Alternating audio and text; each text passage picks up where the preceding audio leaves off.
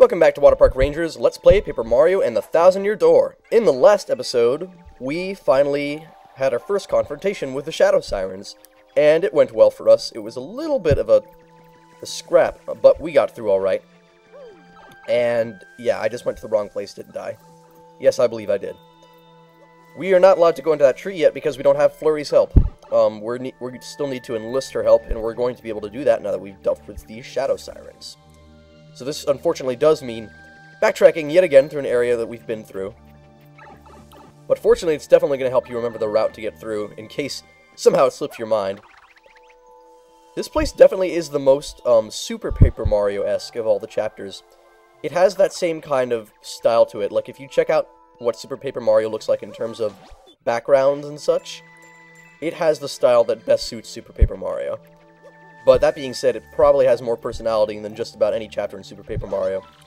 Oh wow, this is the first time we've ever hit one of these blocks? Really? Yes, so one of these little blocks, this is how it works. You can recover all HP and FP, but not star power if you hit one of those blocks. And you just have to pay the number of coins that's written on the block. First time I played this game when I really sucked in it and wasn't getting enough money from battles because I kept running away, I found those blocks very hard to afford.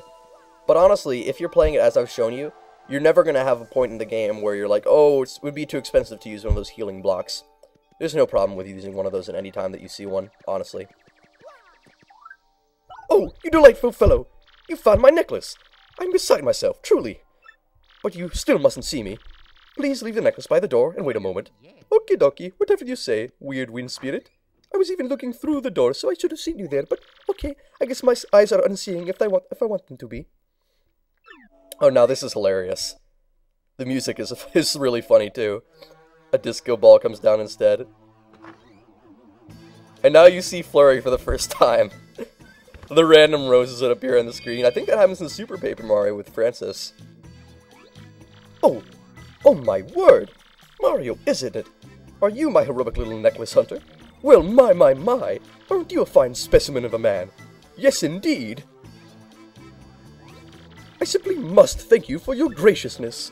But how to do it? Perhaps if I grabbed you and gave you a little sugar?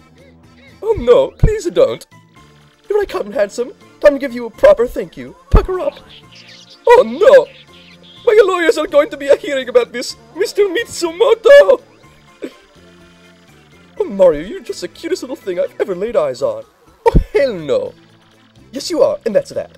So tell me, are you truly looking for the crystal stars? The very same crystal stars spoken of by all the lowlifes in Rogueport. How would you know that? A danger-filled search for beautiful jewels. How absolutely marvelous. And here I was thinking how frightfully bored I was. It's time for a change. And besides, I do declare, that plush mustache of yours has completely swooned me. A man as manly as you must attract all sorts of trouble, and I want to keep you safe.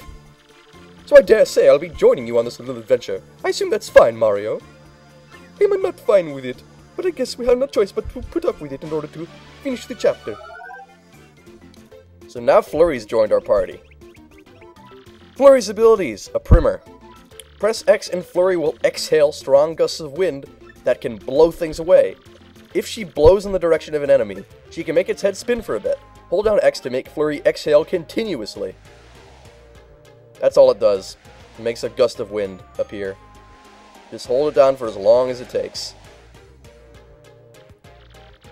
She can also do a body slam in battle, squashing enemies with her stage presence. She can also aid Mario by using her Gale Force attack to blow enemies away. Admittedly, that's the one useful thing she does have, but there are plenty of other ways of dealing with enemies besides using that move. This is wonderful. It's so nice that Flurrie likes you, Mario. Really, it's great. And even more importantly, Flurrie's chosen to join us. Let's go to the Great Tree. Yeah, so she actually starts off with 15 HP, which is more than can be said for the others initially. Especially since we haven't upgraded them yet, I don't think. No, we haven't. And, yeah, she's just going to be traveling with us, but I doubt she's really going to get any battle usage, because her body slam is really not that powerful.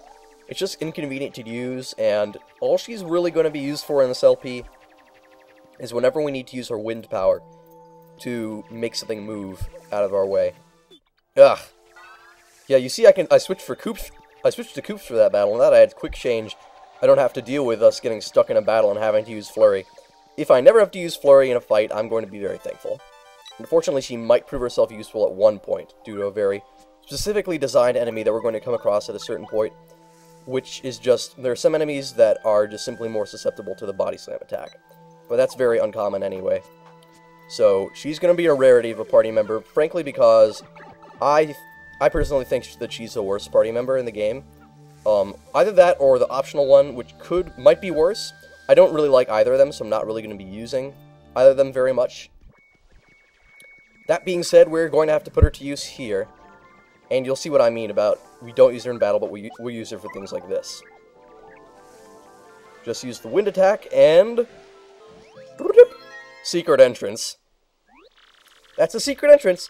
We can finally get inside! Here I go! Also, what was really dumb was that before Punio was saying that, the secret entrance, that would be really dumb if a secret entrance was marked with a sign that said secret entrance. Mario, I feel I must ask, did you know that I used to be a famous actress? I was a diva of the stage. I was known as Madame Flurrie the world over, but the filthy air outside the spotlight repelled me, so I came to the woods. And soon enough, I glimpsed the beauty of these punies and their pure little hearts. It reminded me of my own innocence as an actress, and that made me realize, I shall ever love the stage. I must feel the spotlight shine on me again.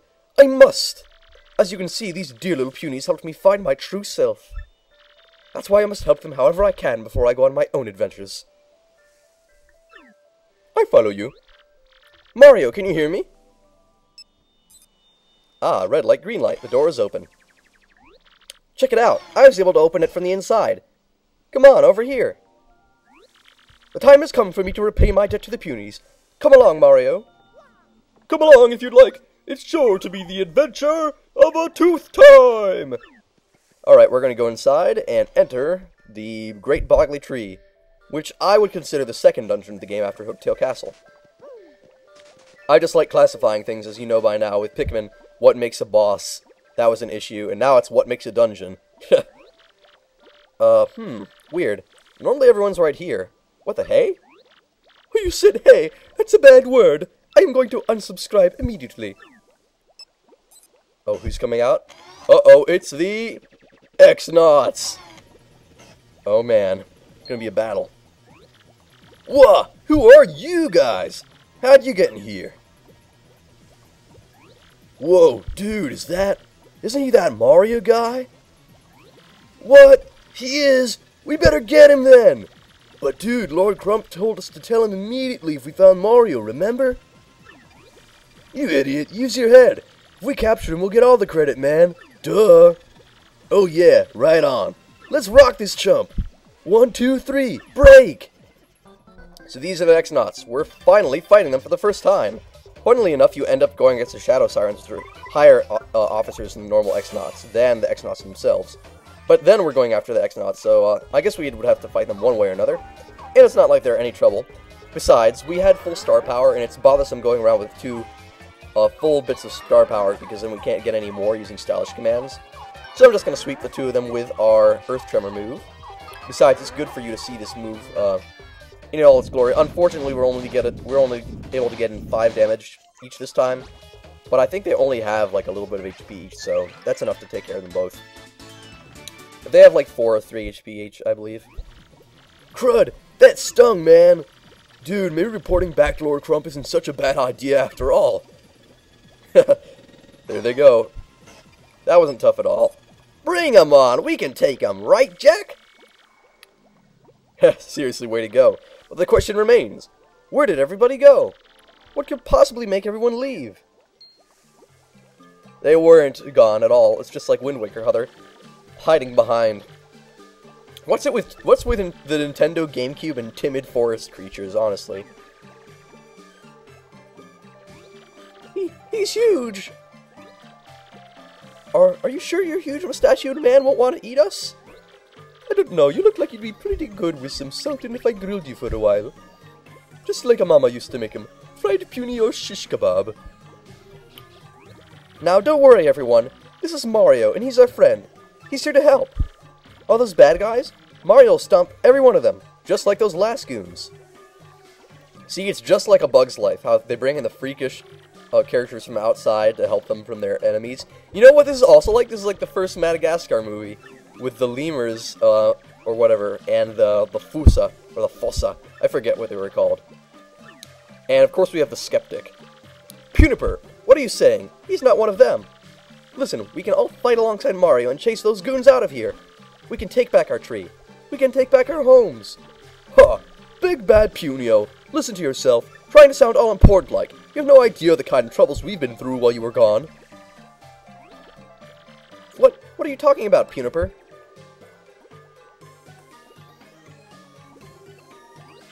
And why are there so few of you here anyway? What happened to everyone? Well, they've been captured by those goons. The Elder, everybody, including your sister. What? Petuni, tell me it isn't so. Oh, it's so all right. She was taken off somewhere with the rest of them. They said it was because we wouldn't tell them where to find some crystal thing. We told them we'd never heard of it. Oh, poor Petuni. Well, that absolutely tears it. We've all got to go look for them right away. What are you saying, Punio? We can't do anything to those giant goons. Besides, they aren't alone. The cursed Jabby tribe is in league with them. They're hoping to make this tree their own once we've all been driven from it. This is it for us. The end. And adding this hairy old man to our ranks won't help a bit. Hairy old man, have you know I'm still 35. We have to try, don't you see? Think about it. If we all get together, we can take care of any stupid Jabbies. So who's with me, huh? Come on, everyone. Let's pool our strength. Ha! Punio, Punio, Punio. You'll have to convince me because I think you're nuts. What's that supposed to mean? Okay, Sora. Tell you what, you and Mr. Mustache there can get the revolution started.